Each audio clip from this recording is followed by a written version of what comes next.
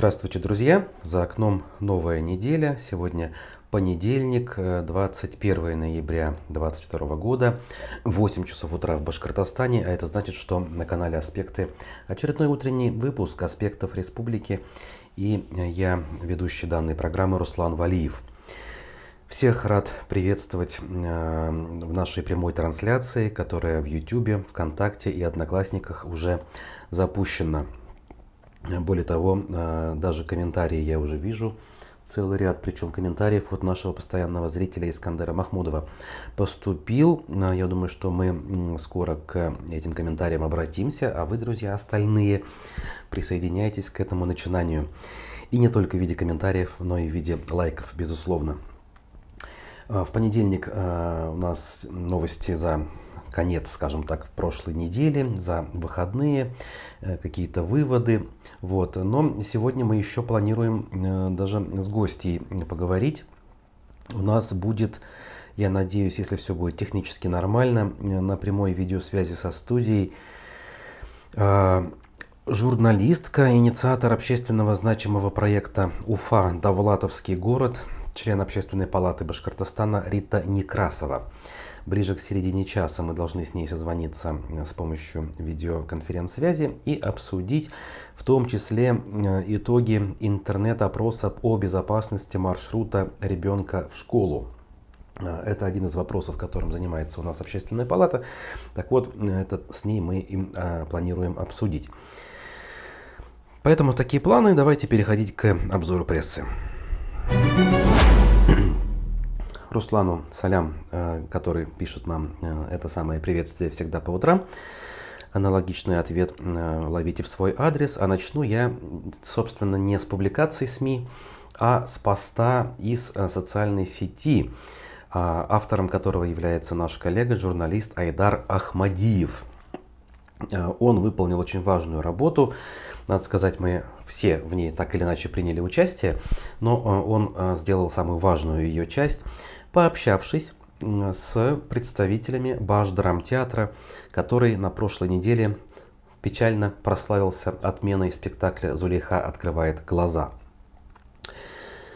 Значит, я буквально прочитаю слово в слово практически пост нашего Айдара Ахмадиева. Я думаю, вы поймете, если пост не видели.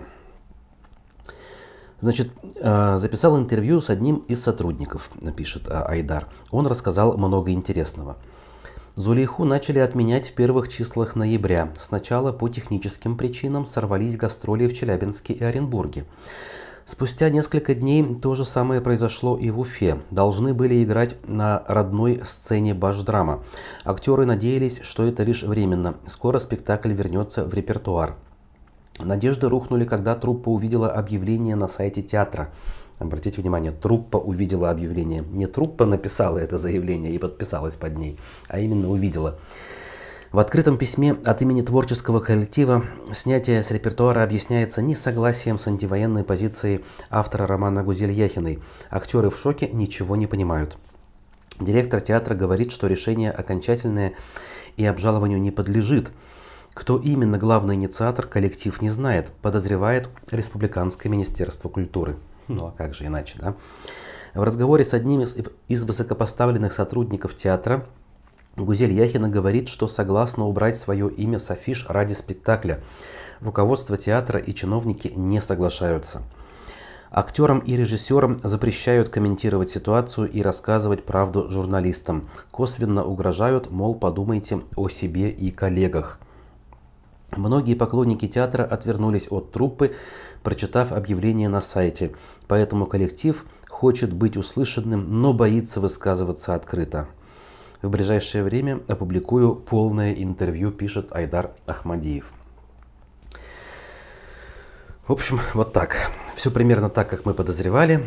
Тут ничего удивительного нет. С другой стороны, конечно, я даже не знаю здесь, вот, жалеть надо в данном случае коллектив или не надо. То есть, с одной стороны, их понять можно.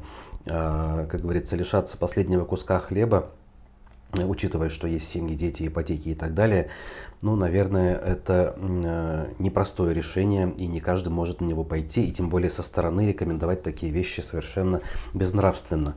С другой стороны, вот отсутствие публичной реакции, разумеется, проблему не решить, и более того, в общем-то, это значит оставить ее в вялотекущем состоянии и позволить этой проблеме вновь и вновь возникать.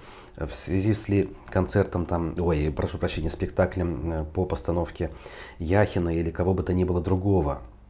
Некая такая безвыходная, знаете, ситуация, круг замкнутый получается, к сожалению. Так,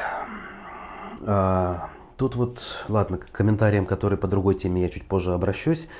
В общем, вы все поняли, выводы делайте сами, как в таких ситуациях говорят. Так, а я дальше буду двигаться по нашим новостям.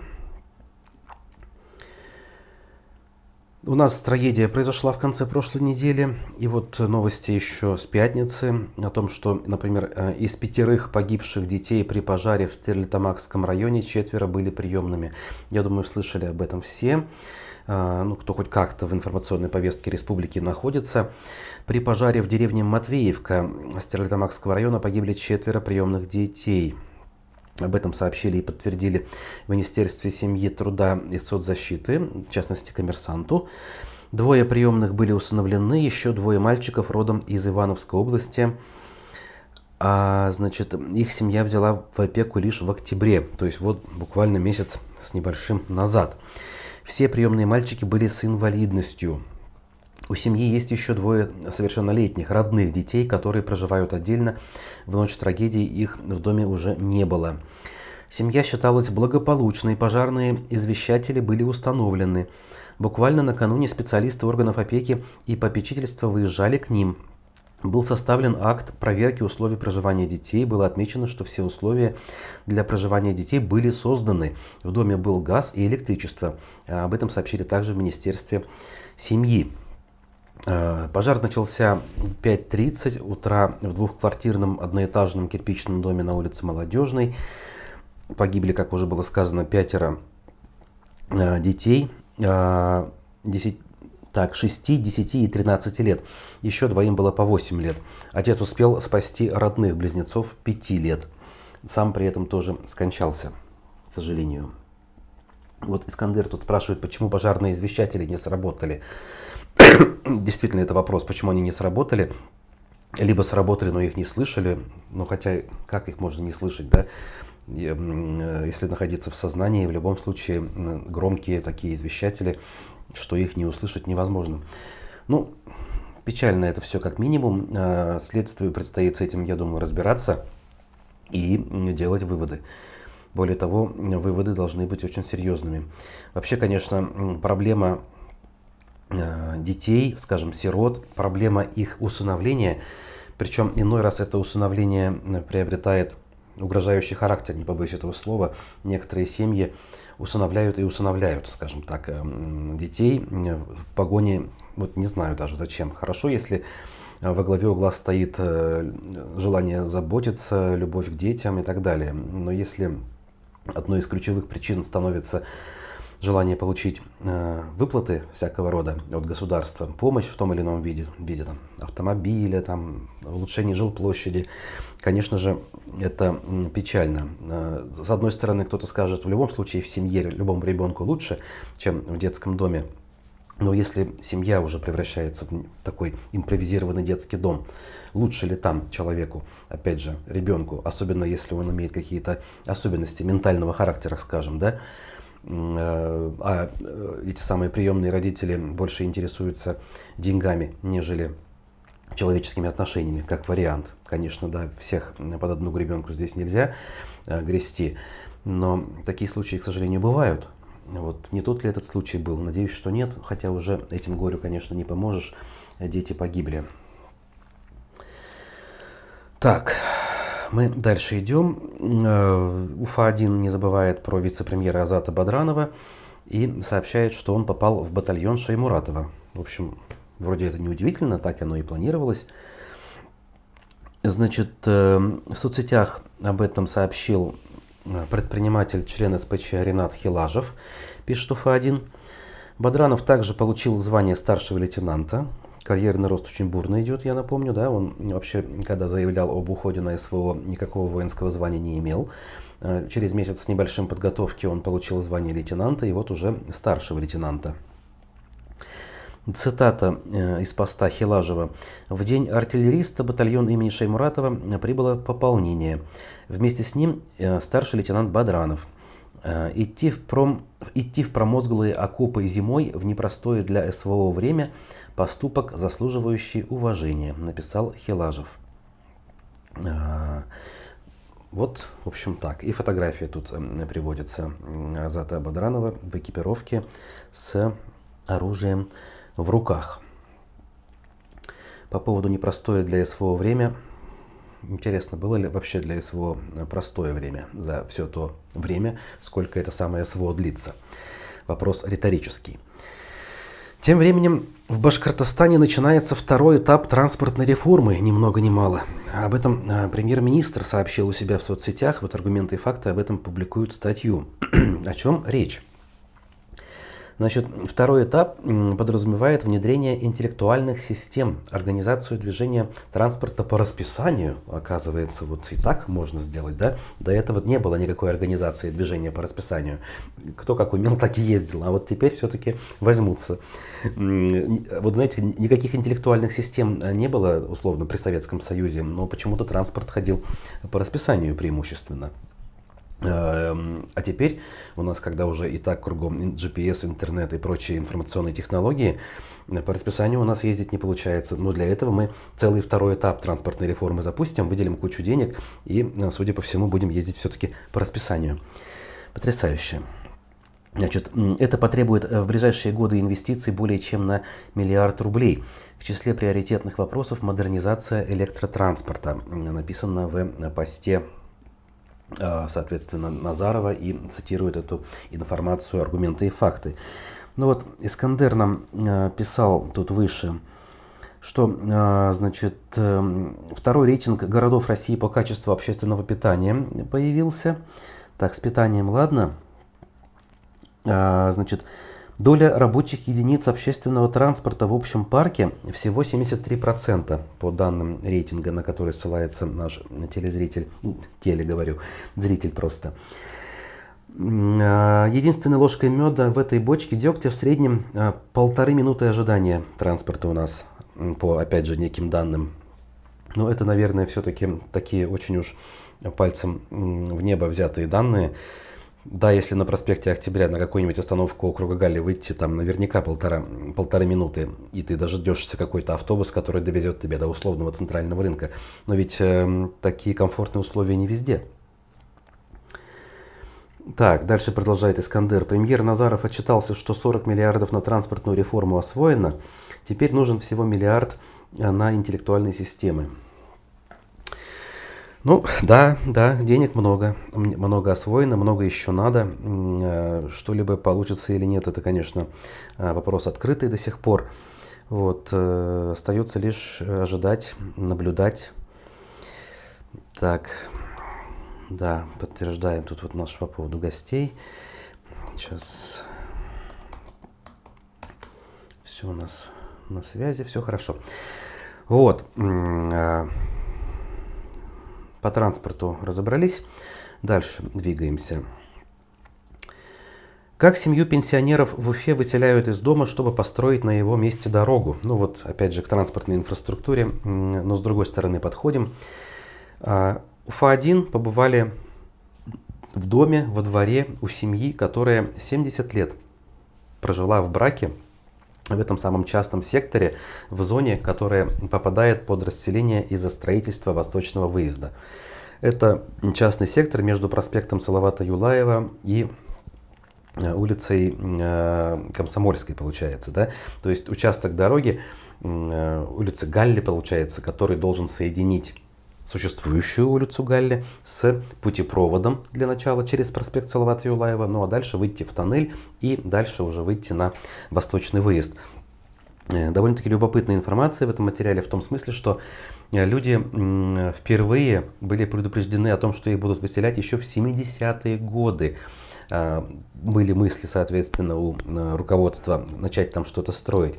Потом мы напоминаем, что в 92 году, буквально в первый год после развала Советского Союза, вернулись к проекту этого восточного выезда. Люди вновь начали беспокоиться, что им придется оттуда выехать. Но этого тогда не случилось, и вот случилось уже наверняка сейчас. Хотя до сих пор еще нельзя сказать, что случилось, но вот-вот произойдет.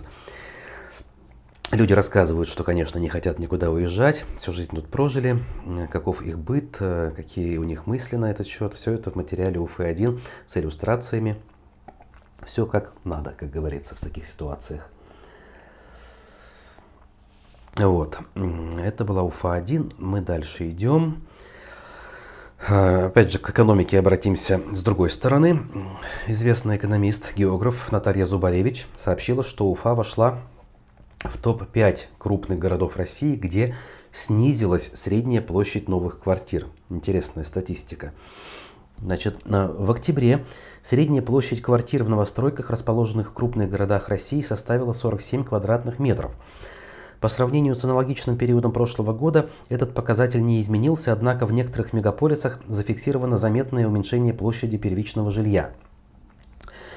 В пятерку лидеров по снижению размера новых квартир вошли Воронеж и Уфа. В каждом из этих городов средняя площадь первичного жилья за год в среднем уменьшилась на 7%, сообщила Наталья Зубаревич.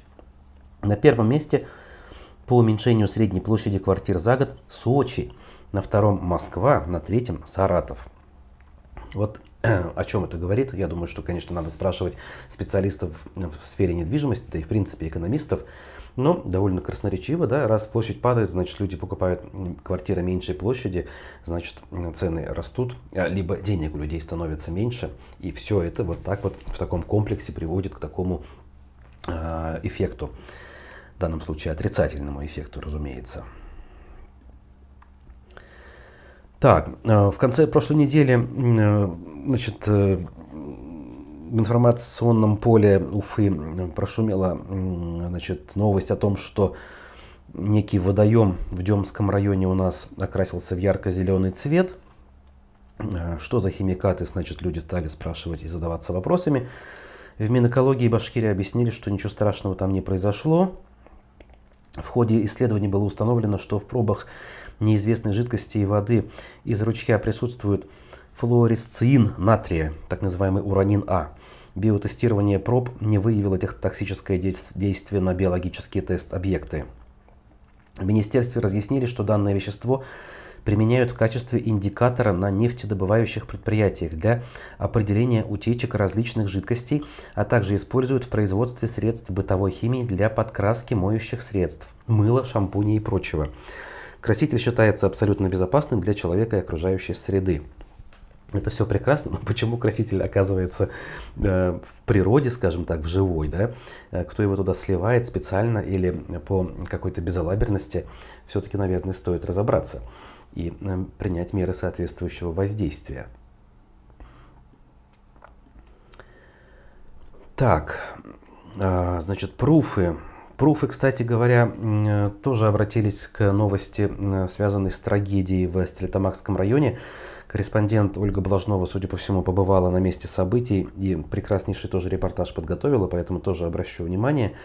Вот, посмотрите, тут опять же интервью, фотографии, иллюстрация того, как это все выглядело уже после, соответственно, трагедии. Обратите внимание. Уфа – родина черепашек-ниндзя, пишет нам Искандер Махмудов. Как говорится, в виде шутки по следам того, о чем мы говорим, да, по поводу площадей квартир, судя по всему. Скорее всего, он шутит. Значит, статистику нам приводит Медиакварсеть, довольно-таки интересную, за 10 месяцев 2022 года. Со ссылкой на пресс-службу Минздрава издание сообщает, что более 1300 жителей Башкирии отравились алкоголем за указанный период.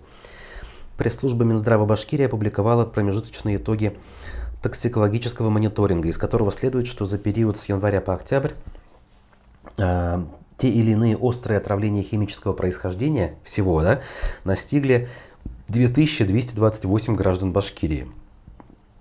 К сожалению, больше пятой части от этого количества завершились трагично летальными исходами. При том необходимо отметить, что за аналогичный период прошлого года подобных отравлений было существенно ниже и составило 1958. Данные привели в Роспотребнадзоре. А что же за год произошло, что у нас прямо процентов на 25 количество отравлений за год выросло? В большинстве случаев, а именно 60% случаев, причиной острых отравлений спиртосодержащей продукции является этиловый спирт, то есть обычный этиловый спирт. Если верить публикации медиакурсети, надеюсь, ошибки нет. Показатель отравлений спиртосодержащей продукции по республике составил 25,8 на 100 тысяч населения против 20,4 в прошлом году на те же самые 100 тысяч населения. Антилидерами стали 6 муниципалитетов, где показатель выше среднего в регионе. Это Октябрьский, Стерлитамак, Дюртюли, Дюртюлинский, Стерлитамакский районы, а также Краснокамский район нашей республики. Вот такие вот у нас с вами цифры. Минпромторг Башкирии сообщает, что в Иране большая потребность в башкирском продовольствии. Вот какое счастье. По словам министра торговли и услуг Алексея Гусева, уже на следующей неделе из Уфы в Тегеран отправится первая партия башкирской муки. Теперь 6 тысяч тонн муки будет отправляться в Иран из Башкирии ежемесячно. Как объяснил Алексей Гусев, договора о поставках регионального продовольствия в Иран заключили во время бизнес-миссии Башкирии в Исламскую республику, которая состоялась на минувшей неделе. Это была очень продуктивная поездка, пояснил Гусев. Особенности иранского климата не позволяют выращивать зерновые культуры, поэтому наши бакалея, мука, крупы, макароны и растительное масло очень востребованы на этом рынке. Мы подписали соглашение о создании торгового дома Уфа-Тегеран, чтобы башкирским и иранским бизнесменам было проще налаживать связи. Представители торгового дома будут работать в Уфе и в Тегеране. Прорабатываем возможность реверсных поставок продукции, производимой на территории Башкортостана и Ирана. О как! Дальше любопытные слова. По словам министра торговли, Иран очень цивилизованная и современная страна, несмотря на то, что она уже 40 лет под санкциями США. То, что санкции абсолютно верно, тут никакой ошибки нет, но по поводу того, что она очень цивилизованная и современная, я бы, наверное, поспорил, мягко говоря. Даже если отбросить проблемы политического характера, даже те протесты, которые там сейчас происходят, довольно жесткие условия преследования этих самых протестующих, это одно. Второе, в принципе, как страна живет. Достаточно вспомнить фильм-репортаж редакции Алексея Пивоварова, иностранный агент, кстати, у нас Пивоваров, который показал, условно говоря, Тегеран лицом. Тегеран — это Москва, даже не Москва, Уфа 90-х годов с вот этими, я не знаю, там комками уличными, где продается все и вся. Понятно, что дефицита полного нет, но это все поставляется нелегально, это все поэтому дорого, это все неофициально и совершенно ничего общего с цивилизованностью. Такие способы ведения хозяйства, конечно же, не имеют. Помню, как башкирский Минпроторг повез в Иран в этом году директора Тавроса, крупнейшего свинодельческого хозяйства Поволжья. Да, это потрясающе. В Иран, свинину решили продать. Видимо, в последний момент только поняли, когда он туда приехал. Так, ребята, лучше будем помалкивать. Если это так, то, конечно, опять-таки очень показательно по поводу того, каков уровень интеллекта и сообразительности наших многих чиновников. Нет России за Сербию и Камерун. Болельщики о чемпионате мира по футболу. Если вы не заметили, вчера стартовал чемпионат мира в Катаре. Я, как и многие другие, вообще и забыл про то, что чемпионат будет. Но вот вчера немножко погрузился в тему, посмотрел церемонию открытия, посмотрел стартовый матч. И, в общем, получил удовольствие. Поэтому планирую все-таки за чемпионатом следить. И пусть там нет России, как говорится, по делам в данном случае. Но и болеть за Сербию и Камерун, как болельщики, о которых говорит издание «Аргументы и факты», не планирую. Все-таки хочется поболеть за кого-то из грандов, в том числе тех, которые, например, не могли в последние годы дойти до чемпионского титула.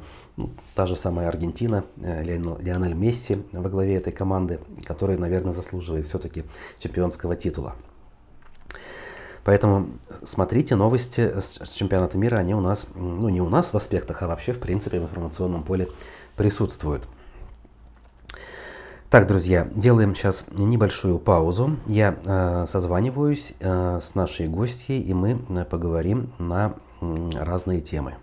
Далеко не уходите. Я думаю, что в ближайшие пару минут все будет готово.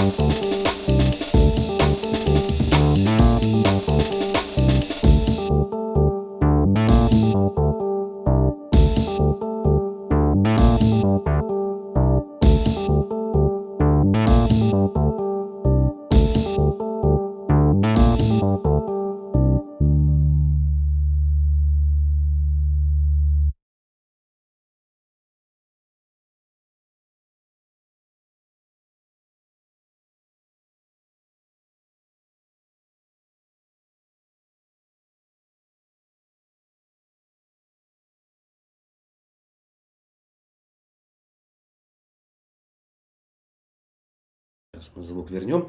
Не всегда с первого раза получается установить связь, значит, с помощью видеоконференции, но я думаю, что вот у нас это дело получится. Так, и так. А сейчас видно? О, я вас вижу. Прекрасно, прекрасно. Все, еще несколько секунд, и мы с вами начнем разговор. Так, прекрасно, прекрасно. Итак, я, во-первых, представлю вас нашим зрителям. На прямой связи с «Аспектами» журналист, инициатор общественно значимого проекта «Уфа. Довлатовский город», член Общественной палаты Башкирии Рита Некрасова. Информационным поводом нашей с вами сегодняшней встречи стал проект интернет-опрос о безопасности маршрута ребенка в школу. Поясните, пожалуйста, в чем смысл вообще? Понятно, в общем, да, что как бы есть у нас ученики, есть их родители, есть беспокойство за их безопасность, тем более, что у нас в истории были случаи, в том числе и довольно трагичные. Но вот сейчас что происходит? Что вы пытаетесь добиться этим проектом? Ну, собственно говоря, все, что мы хотели добиться этим проектом, собственно, в этом проекте написано. То есть безопасность ребенка от подъезда собственного дома до порога школы должна быть обеспечена. Ну, это как бы аксиома, которая не требует доказательств. Вот. А для того, чтобы понять, что все-таки, какие опасности могут подстерегать ребенка, мы как бы и, в общем-то, этот проект инициировали. чтобы получить какую-то картинку того, что происходит. Ну, в общем-то, мы ее и получили. Из того, что самое значимое, пожалуй, это, конечно, отсутствие освещения и дороги, тротуары. Тротуары – это вообще больная... Нет, скажем так, основное – это освещение. Там, по-моему, порядка 30% ответили, что полностью освещена, все остальное либо частично, либо вообще не освещена дорога. Потом вот отсутствие вот этих знаков, предупреждающих, я имею в виду там зебры, пешеходные переходы, ну, то есть вот вся необходимая дорожная разметка по пути ребенка, вот тоже это как бы второй пункт, скажем так, то, на что жалуются родители. Но... Поясните здесь, вот, какие родители принимали участие в опросе, то есть среди кого опрос проводился? Мы проводили опрос по всей республике, но надо сказать, что самым активным был Иглинский район, как ни странно. Вот. В принципе, у нас, получается, несколько районов активно принимали участие. Но, говорю, вот Иглин самые молодцы, конечно. Но Римановский, Двуликаново, Стерлибашево, Краснохолмский, ну и Кигинский, Словацкий район. Ну, я сейчас навскидку не скажу. Где-то порядка 15-20 районов, они все-таки, родители, приняли участие. Тут интересный комментарий от нашего зрителя. На этом фоне интересно, как в деревне в Калининском районе мэрия Уфы решила убрать уличное освещение, дескать, самовольно установленное. То есть, видите, да, граждане иногда у нас решают вопрос, да, даже тут не получается. Ну, да, на самом деле это большая проблема с освещением. Но мне кажется, как сказать, мы пока, то есть набрали какую-то базу, скажем так, да, для того, чтобы дальше вести разговор. Потому что, на самом деле, когда мы встретились за круглым столом, у каждого появились своя точка зрения, и получилось, что на самом деле это не просто освещение дороги или еще что-то. Масса всяких проблем, которые требуют решения. И поэтому вот на сегодняшний день выяснилось, что эта тема не просто вот взял, там, поставил знак и все. То есть этим невозможно ограничиться, это не решит проблему. На самом деле она очень большая. Поэтому будет создана временная рабочая группа, которая будет работать как раз вот над этими вопросами возникающими, потому что вследствие разговора столько проблем всплыло, в том числе и гаражи, например. Да? Мы же не делали опрос отдельно по гаражам. А гаражи – это на самом деле история странная, и она тяжело решаемая, потому что, как правило, все эти гаражи, они все-таки находятся в частной собственности. Как их снести, изъять – это целое дело, на самом деле, мне кажется. Ну вот целый ряд выводов вы делаете на основе опроса. Хорошо. Дальше с ними куда? В какие, я не знаю, органы власти? Как отследить реализацию вот этих чаяний граждан? Планы какие? Давайте так. Например, то, что касается установки всяких знаков дорожных и так далее, мы будем выезжать так называемый общественный контроль, есть такая функция общественной палаты. Мы, кстати, уже съездили по нескольким адресам, написали письмо, и вот в Ленинском районе, в частности, уже прореагировали на наше письмо, то есть как бы обещали все это исправить. Но это то, что можно решить быстро и действительно способом вмешательства общественности. Есть проблемы, которые... тротуары мы можем написать, что нужен тротуар. Но вы сами понимаете, что тротуар – это очень затратная история и совершенно как бы другая тема. То есть общественники здесь ничем не могут помочь, если только на это сама не решится власть местная, опять-таки, у которой есть ли деньги или нет. И там, кстати, в результате разговора было одно из предложений, но это пока, так скажем, в порядке идеи, которым, насколько она будет реализована, непонятно, конечно. Но сделать один из подпунктов нацпроекта «Безопасные и качественные дороги», как раз посвященный попытаться, по крайней мере, это все осмыслить, и если есть возможность как-то это сделать, либо какой-то региональной программы, именно то, что касается тротуаров, особенно это в сельской местности, как вы понимаете, то, что в райцентрах даже, да, нет тротуаров по дороге к школе. То есть как бы вот такая вот история. Насколько это у нас получится? Ну, по крайней мере, мы попытаемся. Попытка, как говорится, не пытка, как говорил товарищ Сталин. Может быть, что-то из этого и получится. Бог его знает. Ну, как бы вот есть такая идея все-таки выработать какой-то региональный прав. Предложить, по крайней мере. Примут, не примут, я не знаю. Будем стараться что-то сделать. Ну вот между тем, специалист в области ЖКХ, наш коллега Вадим Беляков пишет в чате. В Уфе в прошлом году делали дорожную карту по проблеме безопасности при подходе к школам. Пусть коллеги запросят информацию в мэрии. Ну то есть там что-то уже собирали. Спасибо. Спасибо. И еще сообщение от Искандера. А местные инициативы ППМИ помогают в случае тротуаров? Когда софинансируют местные жители свою инициативу? Ну, понятно, о чем речь, да? Угу. Да, я, честно говоря, не в курсе. Там в основном же, насколько мне известно, это облагородить территорию, это, как правило, что у нас там, родники, кладбища, там, я не знаю, парки и так далее. Бывают спортивные площадки делают, я вот сам спортивные площадки, да, конечно, да. То есть, тогда это закладывается наверняка. А так, в принципе, ППМ это все, что решат граждане, насколько вопросы... Мне кажется, вообще, честно говоря, вот мы говорим о какой-то такой элементарной вещи, да? Казалось бы, да. Тротуары должны быть, просто как это вот еще по-другому? То есть почему мы должны скидываться и оплачивать тротуары, которые, в принципе, предусмотрены, вот они сами по себе предусмотрены, должно быть. Вообще, на самом деле, это аксиома, да? Ребенок должен идти по тротуару, по безопасному тротуару, не по проезжей части, да, но, к сожалению, это не всегда, но к этому нужно стремиться, как минимум, это нужно делать. А транспортные вопросы там задеты как-то? Я вот Да. Что вообще по этому поводу? Есть несколько населенных пунктов, которые просят, в частности, в Тулбазах, по-моему, в Гафурийском районе, люди просят дополнительные школьные автобусы. Есть поселок Лебяжий, это Уфимский район, да, Уфимский там Зубов. Они просят просто перенести остановку, потому что детям приходится 2 километра идти по проезжей части до остановки. Но я думаю, это самый легко решаемый вопрос. Как мне кажется, перенести остановку тут, наверное, вообще не должно быть никаких проблем, вот, как мне кажется, по крайней мере. Ну да, это кажется очевидным совершенно, и абсолютно, да. Легко это должно мы быть. Мы составим письмо, мы отправим, и я думаю, что власти тут уже договорятся с Башавтотрансом или с кем-то, с перевозчиками, чтобы просто перенести на 2 километра остановку. Это не проблема. Скажите, вот дальше какие планы у Общественной палаты? Я не знаю, сроки какие-то выставить вообще? Когда планируется получить ответы на поставленные вопросы? И не только ответы, но и конкретные действия увидеть?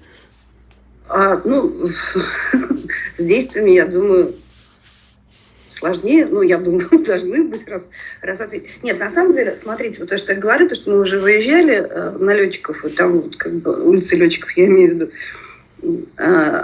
тут уже Ленинский район нам ответил, они уже связались и должны сколько по времени, я, честно говоря, не знаю. То есть ответы мы получаем быстро, а вот реализацию от каждого муниципалитета, наверное, будет зависеть по-своему. Хотя, например, если я могу сказать по детским площадкам, то что одна из тем, которой я тоже занимаюсь в Общественной палате, власти довольно быстро реагируют на наши замечания.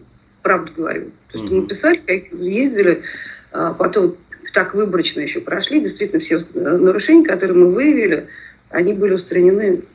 Результат был. Это радует. Что не напрасно, как мне кажется, мы все-таки работаем. Понял вас.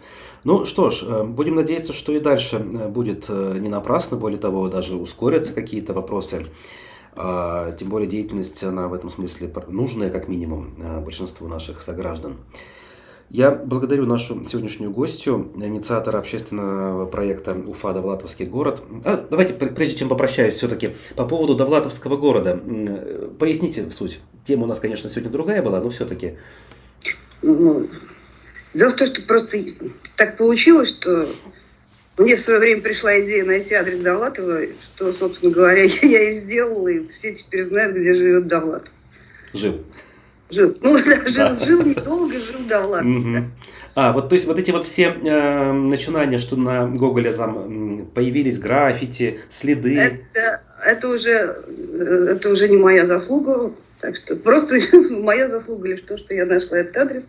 И это все люди подтянулись, и всем стало интересно, и каждый старается по-своему, что я считаю, в общем-то, вполне нормально, потому что для каждого Довлатов свой. Для меня вот такой, для кого-то другой. Для кого-то пьющий стаканами в подъезде, для кого-то разрисовывающий граффити подъезда. То есть, каждый Довлатов видит по-своему. Спасибо большое. Итак, член Спасибо. Общественной палаты Башкирии Рита Некрасова была с нами в это утро. Спасибо вам еще раз. Хорошего дня. Спасибо, Всего да. доброго. Отключаемся. Вот. А я, друзья, возвращаюсь к вам вот сюда. И мы с вами сейчас будем прощаться. Поскольку время утренней программы подходит к концу, зовут меня Руслан Валиев. Следите за анонсами у нас сегодня, в том числе и значит, программа «Аспекты мнений» на своем месте. Разиф Абдуллин ее ведет. В гостях будет директор благотворительного фонда «С любовью» Светлана Исхакова. В 15 часов программа. Текущие новости на канале «Аспекты Башкортостана», на нашем сайте, в общем, во всех привычных для этого местах. Еще раз спасибо, будьте здоровы, до встречи.